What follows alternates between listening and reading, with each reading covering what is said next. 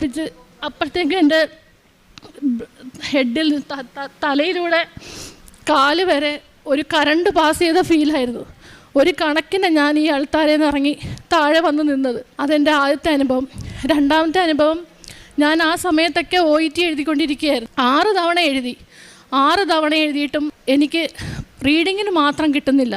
ബാക്കി എല്ലാത്തിനും B സ്കോറുണ്ട്. Reading മാത്രം എനിക്ക് കിട്ടത്തില്ല. അതും പോകുന്നത് 1 മാർക്കിന് 2 മാർക്കിനൊക്കെ. ഞാൻ അങ്ങ് ഫെഡപ്പായി.